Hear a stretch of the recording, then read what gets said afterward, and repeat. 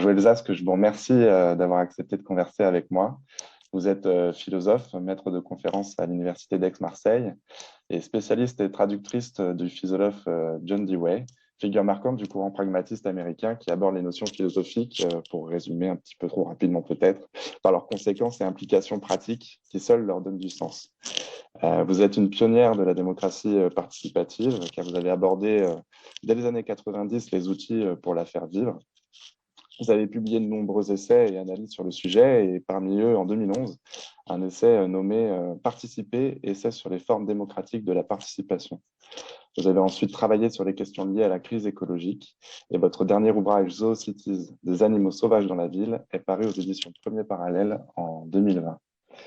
Alors, ma première question, Joël Zask, sera de vous demander en fait votre définition du lien, et est-ce que vous êtes en accord avec le paradoxe que j'évoquais précédemment?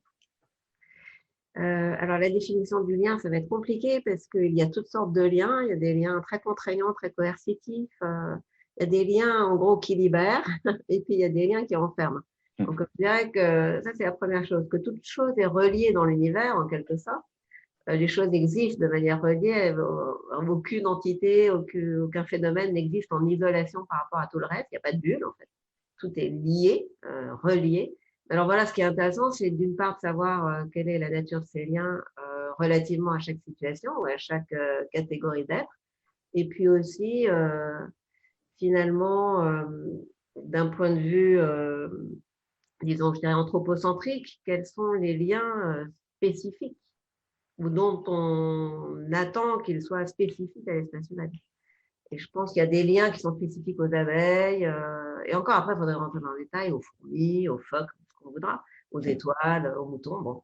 Mais voilà, quelle est la société véritablement humaine? C'est une autre manière de poser la question. Voilà. En quoi une société est-elle véritablement humaine, sachant qu'il y a des tas de formations sociales qui nous concernent et qui sont inhumaines en réalité.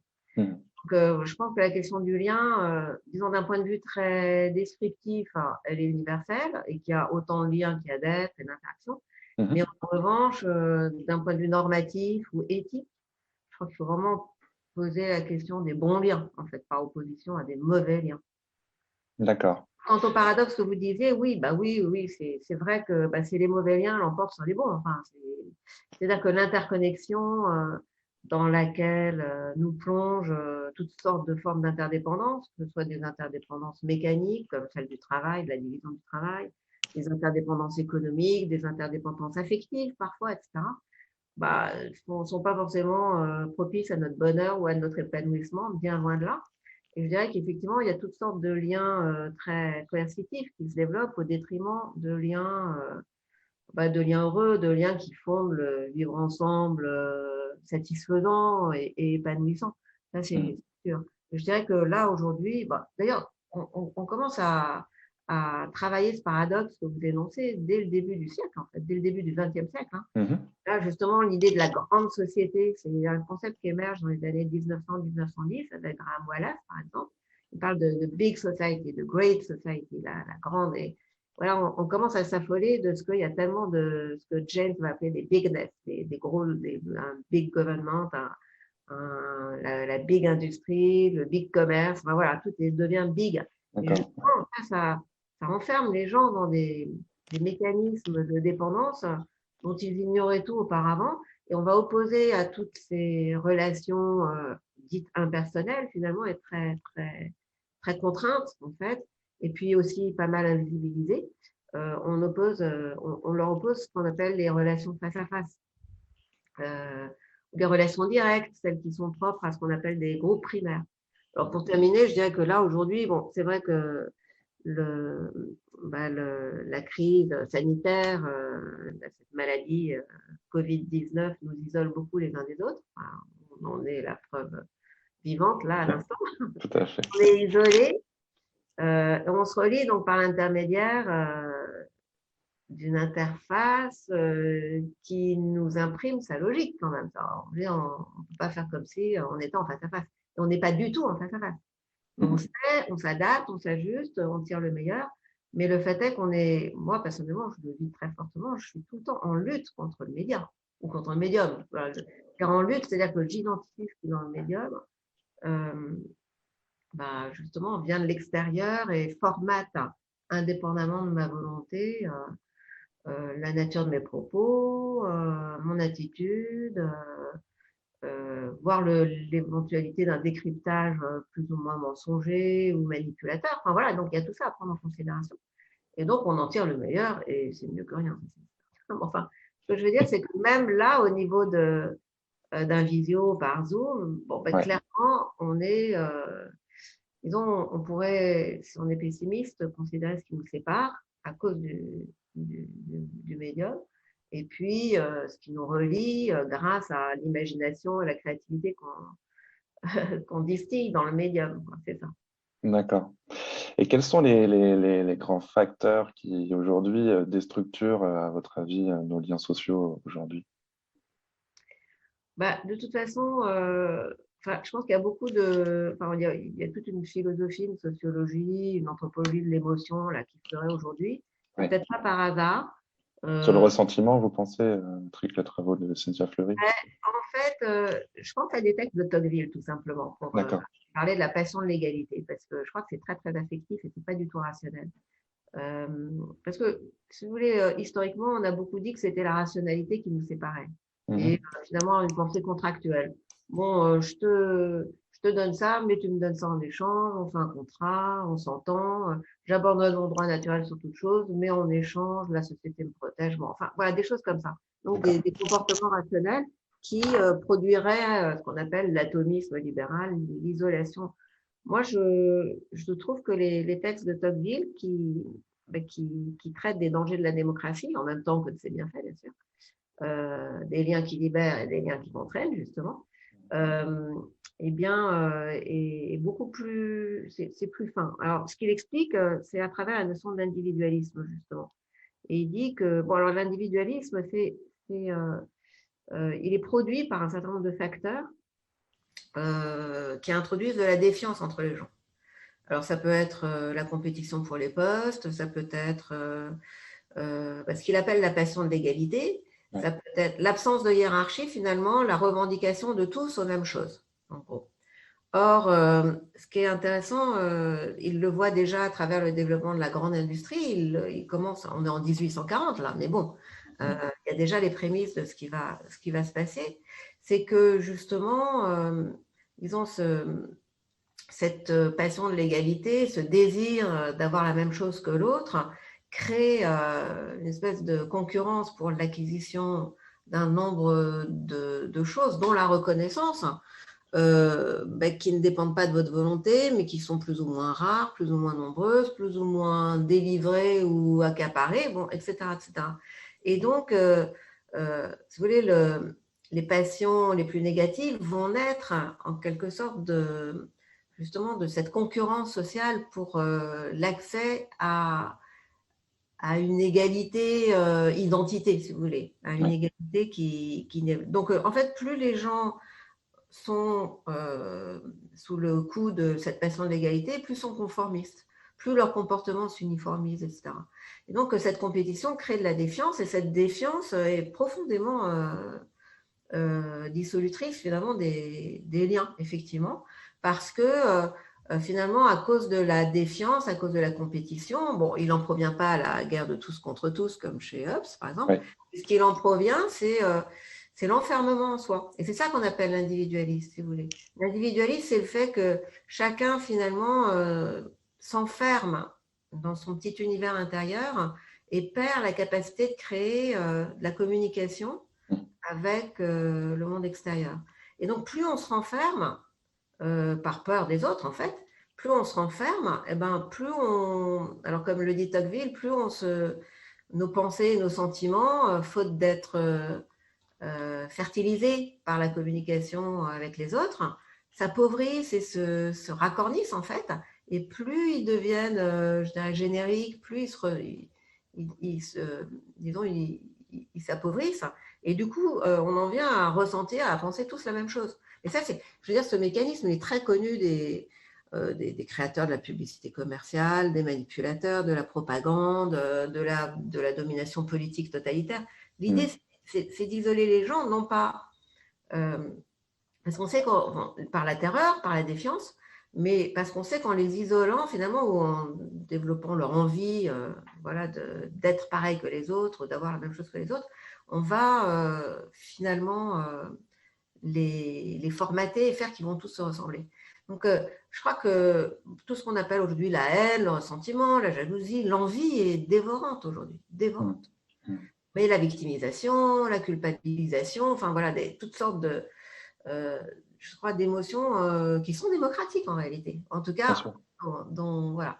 Et je pense que ça nous sépare monstrueusement et qu'il y a toutes sortes de gens qui, face aux mécanismes matériels aussi, qui produisent cette défiance et donc cet isolement et donc cet individualisme et cet appauvrissement de l'intériorité, en fait,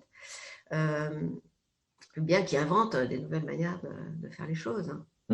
Et quand on est en anti-système, moi je pense que la question, c'est pas le système, parce qu'on est tous plongés dans des systèmes, et la question c'est justement comment se recadrer son activité de manière à échapper aux agencies, aux mécanismes, aux dispositifs qui nous rendent haineux les uns à l'égard des autres.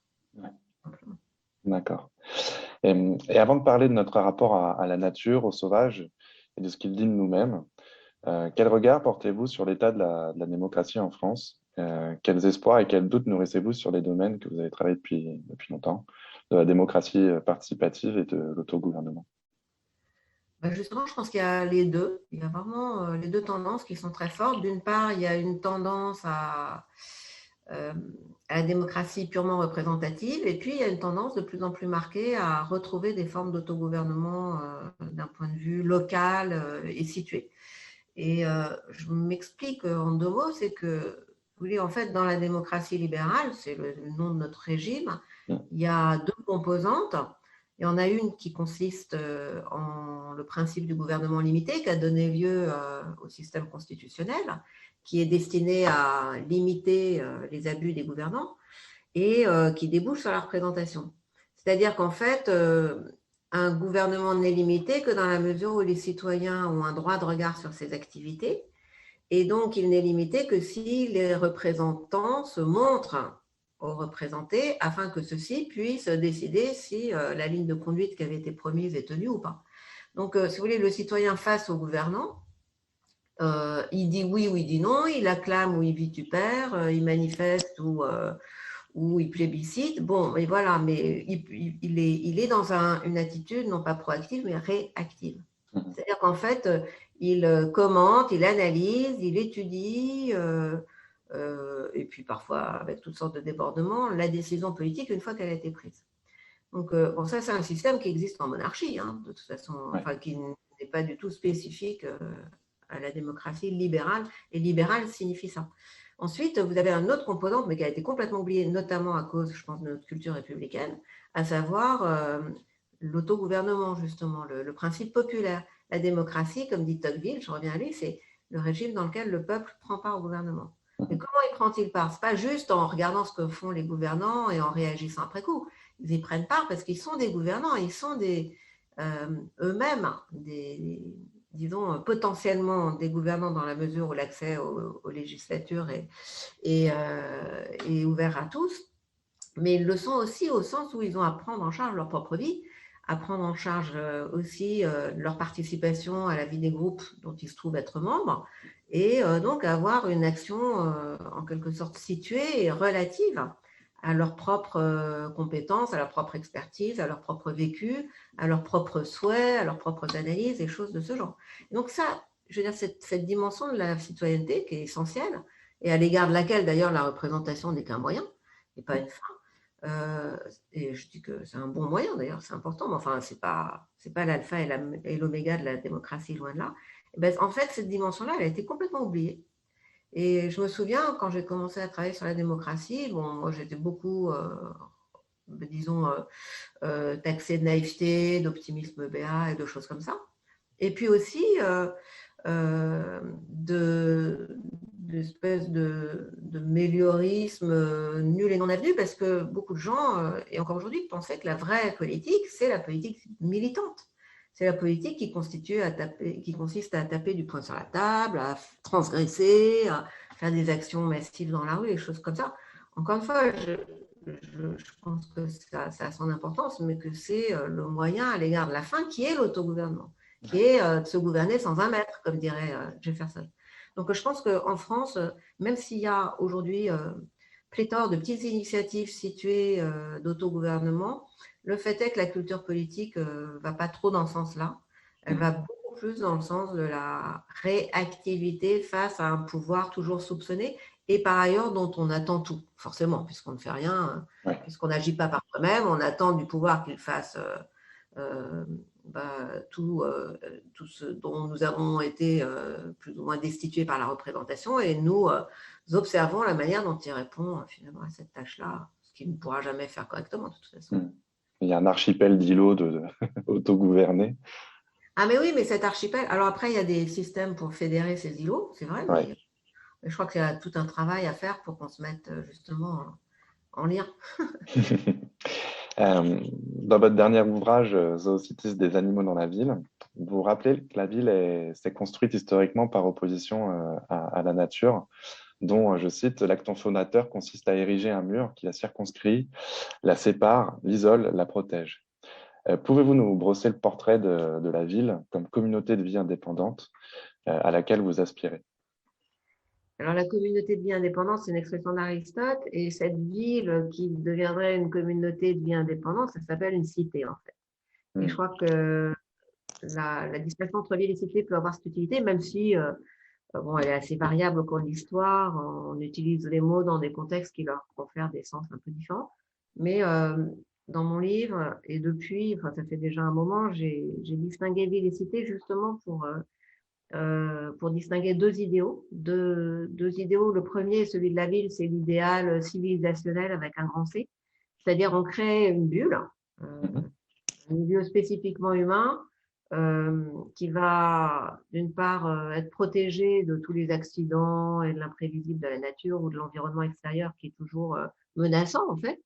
Et les remparts, les enceintes, les fortifications, etc., c'est fait pour repousser la nature et en même temps les ennemis. Enfin, d'ailleurs, il y a, d'un point de vue archéologique, il y a toujours des remparts anti-nature et des remparts anti-ennemis. C'est pas forcément les mêmes. Il y avait plusieurs ceintures de remparts autour des villes ou au cours de l'histoire, en fait. Donc, autour de Paris, il y a eu 7 séries d'enceintes, par exemple. C'est pour dire que c'est pas un détail. Et donc, et en revanche, et donc, si vous voulez, la ville enceinte, en quelque sorte, fermée sur elle-même, a également pour caractéristique de faire régner à l'intérieur un ordre parfait qui va être fortement relayé ou magnifié ou imaginé par toutes sortes d'utopistes comme Godin, comme Fourier. Aristophane se moque de la cité des oiseaux. La tour de Babel, c'est peut-être un premier exemple de transhumanisme, enfin tentative en tout cas, où finalement c'est cette tour dont les hommes qui parlent tous la même langue décident la construction pour échapper à leur condition terrestre, tout simplement, et accéder au point de vue divin. Et donc, voilà, ça c'est une vieille histoire. L'idée, c'est de quitter la Terre, en fait. Enfin, pour dire les choses, ou quitter son corps, quitter sa condition biologique, en finir avec la nature, qui est aussi sa nature. Et, donc, à l'intérieur de la ville, va régner une espèce d'ordre qui serait censé porter spontanément les gens vers l'accomplissement de leur virtualité. Et en particulier, la géométrie a beaucoup joué ce rôle. La géométrisation de l'espace public. En tout cas, un système très contraignant qu'on retrouve chez Le Corbusier d'ailleurs, ou même chez jusqu'à récemment. Et puis je dirais, il y a toutes sortes aujourd'hui, que ce soit les résidences fermées, on appelle les gated communities, les BID, les business industrial districts, enfin tout ça, c'est vraiment des entités complètement closes et la tendance à la clôture est très forte, y compris à l'intérieur des villes, et puis le fonctionnalisme, le zonage, enfin, toutes ces choses-là, c'est vraiment des manières de remettre des murs dans la ville, en quelque sorte, des murs dans les murs. Et puis à l'opposé, donc, enfin l'opposé, ouais, la cité, elle est ouverte en fait. Elle est au lieu d'être uniforme et de déterminer les gens à des modes de vie prévus d'avance, elle est participative. Là, pour le coup, une cité, c'est aussi un espace co-construit en fait, toujours. Et historiquement, c'est comme ça que ça s'est. Il n'y en a pas tant que ça, mais donc il y a quand même des philosophes ou des urbanistes de la cité. Il n'y en a pas énormément. Les critiques de la ville sont assez nombreux, chez Mumford par exemple, mais vous avez Lucien Kroll ou Yona Friedman, ou vous voyez des architectes comme ça qui ont vraiment pensé la ville comme association de villages urbains ou comme association de ce qu'on appelle le quartier, le voisinage aussi, ça c'est important, à condition évidemment que ce qui fait la spécificité d'un voisinage, c'est qu'il est composite, c'est une petite unité de vie en fait. Et cette petite unité de vie n'est telle que si elle associe des, des activités différentes qui créent un écosystème en fait. Et c'est pour ça que l'indépendance, elle est aussi économique. Elle est économique, elle est matérielle, elle est imaginative ou créatrice, elle est politique aussi. Il faut qu'il y ait une espèce d'autogouvernement dans chaque petite unité. J'ai beaucoup travaillé sur les jardins partagés, ce sont des petites cités, les jardins partagés, par exemple. Mais dans les jardins partagés, vous avez le lopin individuel, vous avez le terrain commun, qui est municipal par exemple, vous avez un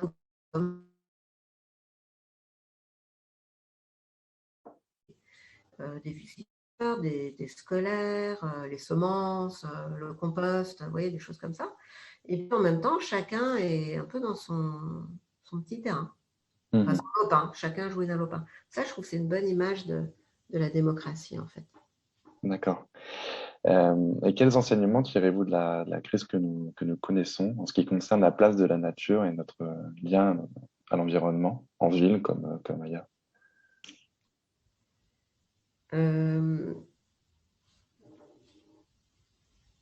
Attendez, excusez-moi là, est-ce que vous pourriez me répéter votre question parce que j'ai un trouble. C'est normal, il y a des petits soucis Voilà. techniques Ouais, parfois qui donc, je arrivent. pense que j'ai un nid, voilà. Quels enseignements tirez-vous de la crise que nous connaissons en ce qui concerne la place de la nature et notre lien à l'environnement en ville comme ailleurs? Alors justement, en fait, la cause première de cette pandémie n'est pas tout à fait identifiée. En tout cas, il semblerait qu'on ait affaire vraiment à une zoonose, c'est-à-dire une maladie transmissible de l'animal à l'homme. Et ça, ces zoonoses, on nous en promet, enfin encore aujourd'hui, il y avait pas mal d'articles, parce qu'apparemment, on a beaucoup de zoonoses en réserve. Il y aurait 25 000 virus susceptibles de muter et de se transmettre par l'intermédiaire des animaux. Et donc, ce que ça fait penser, c'est d'abord l'interconnexion, là dont je parlais tout à l'heure. Il y a vraiment une interconnexion des êtres. Et par ailleurs, plus on détruit l'environnement et plus on amène des animaux à notre contact et plus les risques du franchissement de la barrière d'espèces en ce qui concerne les maladies sont grands. Et je me souviens d'une petite vidéo que j'avais vue, je crois que c'était sur Arte, où on vous expliquait pourquoi la destruction de la forêt était propice aux zoonoses. On voyait un coin d'Amazonie défriché à grand renfort de l'huile de kérosène, hein, parce que c'est comme ça qu'on défriche l'Amazonie. On asperge les végétaux de pétrole et on met le feu. Donc déjà, bon, évidemment, le feu, s'il ne grille pas les animaux, il les chasse de leur environnement, ce qui fait que voilà, ils se retrouvent au contact les uns des autres, ce qui n'est pas du tout bon non plus pour la stabilité virale, en fait. Et puis, donc, une fois que des milliers d'hectares avaient été défrichés, s'implante un élevage de porcs en pleine forêt d'Amazonie. Et puis, tout autour, vous avez des chauves-souris qui grignotent des fruits, c'est des chauves-souris frugivores en l'occurrence, qui laissent tomber leurs trognons de je ne sais quoi dans l'élevage de porcs, eux qui achèvent de les consommer, et puis c'est parti, quoi. Et donc, il y avait typiquement là des exemples de rapprochements, je dirais, absurdes et vraiment, je n'ai pas envie de dire antinaturels parce que ce n'est pas le mot, mais en tout cas, parfois complètement aberrants, enfin, des aberrations. C'est comme vous avez, pour prendre un autre ordre d'idée, des gens qui ont ce qu'on appelle des nouveaux animaux de compagnie. Alors, je sais que ça peut apporter certaines satisfactions, mais quand vous avez des villes dans lesquelles la quantité de fauves, c'est la mode à Lahore par exemple, est complètement hallucinante. Il y a plus de fauves en captivité sur les toits des maisons qu'en liberté dans les forêts aujourd'hui. Ça aussi, c'est pas bon. C'est pas bon de.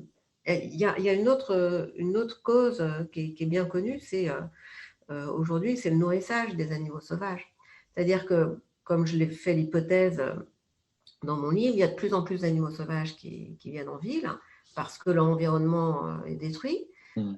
Ou parce qu'ils trouvent dans la ville un écosystème dont l'humain fait partie, d'ailleurs favorable. On peut penser aux rats, aux goélands, aux moustiques, etc., aux corneilles. Donc, vous avez aussi ces animaux qui profitent des déchets, des eaux stagnantes, des décharges à ciel ouvert. Bon, voilà. Donc, qui ne sont pas du tout une indication de durabilité de la ville, mais au contraire, une indication d'absence, enfin, disons, de caractère malsain et destructeur, en fait, anti-écologique de la ville. Et voilà. Et ça, donc, beaucoup de gens donnent à manger aux animaux. L'industrie, d'ailleurs, de nourrissage des animaux sauvages est en pleine expansion. Elle est d'ailleurs autant en expansion que l'industrie destinée à créer des moyens d'exterminer les animaux dérangeants. Mais bon. Et là, quand on crée des sites de nourrissage, ça se fait beaucoup au Canada, aux États-Unis. Il y a des tas de pays où on fait ça. On le fait un peu moins en France, on donne des graines aux oiseaux, mais comme on a très très peu d'animaux, finalement, disons que l'industrie est moins développée. Quoique celle des graines, en soi, c'est déjà pas mal. Mais ça produit toutes sortes de problèmes, ces nourrissages, parce que d'une part, la nourriture elle est toujours industrielle, donc inadaptée. Beaucoup d'animaux sont malades. Mais par ailleurs, ils viennent aussi au contact les uns des autres sur des sites de nourrissage. Par exemple, vous avez, je sais pas, il peut y avoir des espèces qui se rencontrent jamais dans la nature, mais là, du coup, qui vont être attirées et captives d'un nourrissage qui les fait patauger dans les déjections les unes des autres. Et là aussi, il se passe. Donc, si vous voulez qu'on ait une attitude, je dirais, extractiviste, destructrice de la nature, ce qui fait venir des animaux au contact de nos activités, en gros, ou qu'on soit super protecteur et qu'on aille vers les animaux pour les protéger, leur donner à manger et les assurer de nos bons soins, finalement, on met tout le monde en danger, en fait. Donc, ce qu'il faut, c'est vraiment la distance. Il faut garder la distance avec les animaux. Oui, d'accord. Vous nous montrez que la... des animaux, hein, ça on sait, depuis la vache, ça vient, il y a un lien entre la domestication des animaux et les premières les grandes maladies contagieuses comme la rougeole ou la rubéole qui sont issues de contamination par les vaches. D'accord. Vous nous montrez que la ville est une sorte de zoo dont le sentiment d'enfermement, en fait, s'est accru avec les différents épisodes de confinement. Que nous enseigne le rapport de la ville à la nature, sur notre façon de l'habiter, de la vivre avec notre voisinage, vous en avez un petit peu parlé tout à l'heure, ou plus largement avec les autres habitants? Comment faire pour, entre guillemets, libérer la ville? Pour libérer la ville, c'est un peu compliqué. Je pense qu'il faudrait déjà réaliser à quel point la ville est destructrice de l'environnement. 70% des humains sont appelés à vivre en ville à l'horizon 2050, d'après les prévisions. C'est énorme, c'est quand même 5-6 milliards de gens. Les villes s'étendent, parfois de manière assez anarchique, parfois de manière plus concertée, mais la réalité, c'est que les villes, traditionnellement et jusqu'à aujourd'hui, ne produisent absolument rien de ce qu'elles consomment. Elles ne produisent aucun matériau de construction, elles ne produisent aucun aliment, elles ne produisent aucune énergie. Et en plus, elles rejettent vers l'extérieur tout ce dont elles n'ont pas besoin, y compris des gens qui ne font pas partie du processus de civilisation du centre-ville, en gros. Donc, je veux dire, ce rejet vers l'extérieur est à l'origine de ce qu'on appelle le périurbain, en fait. Et clairement, le périurbain, c'est du déchet de la ville. Enfin, je veux dire, il faut quand même le voir. C'est un moyen pour la ville, mais il ne fait pas partie de la ville, le périurbain. Alors, quelle que soit son infrastructure. Après, c'est très difficile pour un quartier périurbain de s'organiser en ville indépendante, en fait. D'abord, il n'a pas forcément, évidemment, sa municipalité ou il n'y a pas d'autogouvernement. Et rien que ça, c'est déjà. Et par ailleurs, elle est complètement dépendante du centre pour le travail, pour l'économie, pour les transports.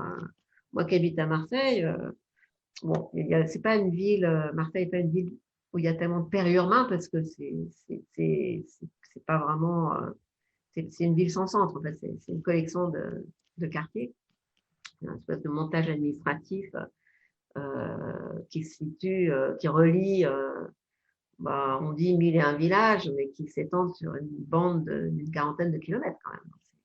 Mais bon, voilà.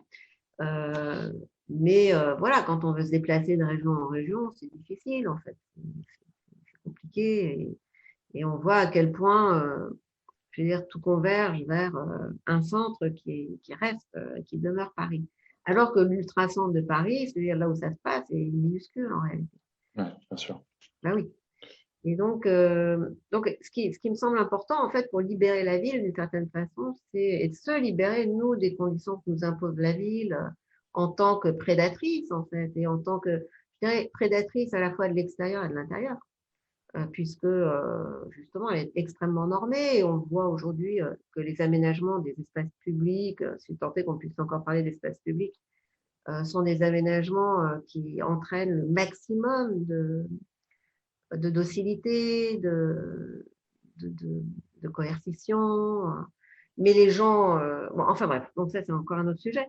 Mais il me semble que justement que pour sortir de cette logique, il faut non pas verdir les villes, parce que ça n'est pas les écologiser, mais travailler à leur autosuffisance, à leur indépendance, en fait, tout simplement.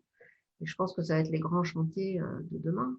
C'est-à-dire qu'à partir, par exemple, si la ville ou si les villes commencent à recycler les matériaux, ou les gens d'ailleurs qu'elles consomment en quelque sorte, elles auraient des problématiques de développement urbain ou de non-développement urbain seraient complètement différents. Et ça serait voilà, des logiques qui se mettraient en place seraient radicalement opposées à celles d'aujourd'hui. Parce que écologiser, on croit que souvent c'est à la campagne qu'il faut le faire, mais en fait non. Je veux dire, les campagnes sont transformées par les besoins de la ville et totalement rendues dépendantes des villes et c'est très très compliqué. C'est pas par les campagnes qu'il faut commencer en fait, c'est vraiment par les villes. Et je crois que voilà, il y a beaucoup de gens là qui vont commencer ou qui ont commencé à réfléchir sur l'autosuffisance, la production, l'agriculture. Les ceintures alimentaires, oui. Pas forcément des Pas ceintures, forcément. ça peut être les toits, les murs, les balcons, le bâti, les cours. Les Todmorden, par exemple, où il y a les incroyables comestibles, c'était l'idée de faire de planter un peu partout, là on peut, dans une ville qui était mourante à cause de la fermeture de son unique source d'activité, à savoir une usine textile, c'était dans les années 80, et ils ont atteint 70% d'indépendance alimentaire. Donc ça, en fait, ça peut aller... Enfin, je dis pas que je parle pas d'autarcie, hein, mais de Non, bien sûr. réfléchir en termes d'indépendance, y compris affective, économique, imaginative, parce que tous les gens qui vivent dans les villes et puis qui veulent une maison dans les bois pour se ressourcer ne sont pas particulièrement charitables pour l'environnement non plus, au contraire. Sans parler du tourisme. Le tourisme, c'est vraiment un phénomène urbain qui est catastrophique pour la planète. Donc, je crois que c'est ça, libérer les villes, ça serait vraiment les tourner vers la quête d'une espèce d'autosuffisance qui ferait que il y aurait plus de sens dans notre vie d'urbain et qu'on en serait moins les victimes. D'accord. Il me reste deux questions que nous posons à chaque personnalité participante à nos conversations. La première, c'est pouvez-vous me citer une action concrète qui serait de nature à renforcer les liens au sein de notre société? Ah ben alors, je dirais tout de suite le jardin partagé. Parce que le jardin partagé, c'est à la portée de tout le monde. Alors, on peut s'emparer d'un coin de terre et le diviser en lopins et l'instituer jardin partagé, écrire une charte, une petite convention. Ou on peut jouir d'un lopin ou d'un jardin partagé en mobilisant les pouvoirs publics et en particulier la mairie d'arrondissement. Donc, il y a toutes sortes de dispositifs. Je pense que j'ai travaillé sur les ruelles vertes à Montréal. C'est très, très intéressant. En fait, la ruelle, ça fait partie du bâti montréalais, mais bon, aujourd'hui, les gens s'organisent pour les fermer à la circulation et les équiper. Elles ne sont pas réservées aux habitants, hein, elles sont empruntables par tout le monde. Et donc, ils font des choses ensemble et c'est très concret. Voilà. c'est très concret, c'est plus concret et c'est plus, ça procure des satisfactions vraiment à tout le monde. Ouais. Ouais, c'est un lien majeur pour le lien, on le voit aussi comme ça. Et voilà, et les jardins, mais je pense que c'est un lien avec la terre, et c'est parce que jardiner, c'est vraiment entrer en dialogue avec la terre, c'est cultiver la terre, et c'est se cultiver soi-même, au sens se culturer en fait. Et c'est aussi cultiver des groupes, des liens avec des gens, donc c'est vraiment très puissant. Ouais. Ouais, tout à fait. Et si on s'intéresse au sujet que nous avons abordé aujourd'hui, quelle initiative il faut absolument suivre en ce moment ou quel livre pourrions-nous lire? Ah, bah alors là, quel livre on pourrait lire? Non, je pense qu'il faut lire la Bible, hein, l'Ancien Testament. Moi, je relis D'accord. souvent l'Ancien Testament parce que d'abord, on peut vraiment le lire comme un traité d'écologie. Il est tout le temps question des plantes, des animaux, de quoi, comment se tenir sur la terre. C'est une expression de Emerson d'ailleurs. Ça. C'est quoi la bonne manière de se tenir sur la terre? Et donc, je trouve que c'est très très riche d'enseignements si on la lit dans les bonnes traductions. Voilà. Ça, il faudra. C'est-à-dire? Bah, il y a beaucoup de traductions. Après, je pense à une traduction de Henri Méchonic qui est magnifique parce qu'elle est très très proche de l'hébreu. D'accord. Mais voilà, c'est vraiment lire, par exemple, Noé, ça m'a énormément inspiré pour mon livre sur les animaux, parce que Noé il est très différent de ce qu'on se représente. Noé, en fait, c'est un écologue et un éthologiste avant la lettre, quoi. C'est quelqu'un Mhm. qui est choisi, en quelque sorte, par Dieu parce qu'il connaît les animaux, parce qu'il sait ce dont ils ont besoin. Et en fait, c'est très concret et ça donne vraiment, en l'absence de toute hiérarchie, c'est pas du tout le chef des animaux, le pasteur. Non, non, c'est juste quelqu'un qui va s'occuper des animaux. C'est ça sa fonction en tant qu'humain, c'est de s'occuper des animaux qui sont dans l'arche pour 120 jours et 120 nuits. Mhm. D'accord. Merci à vous, Joël Zas, pour cet entretien. Ben, je vous remercie beaucoup de votre invitation.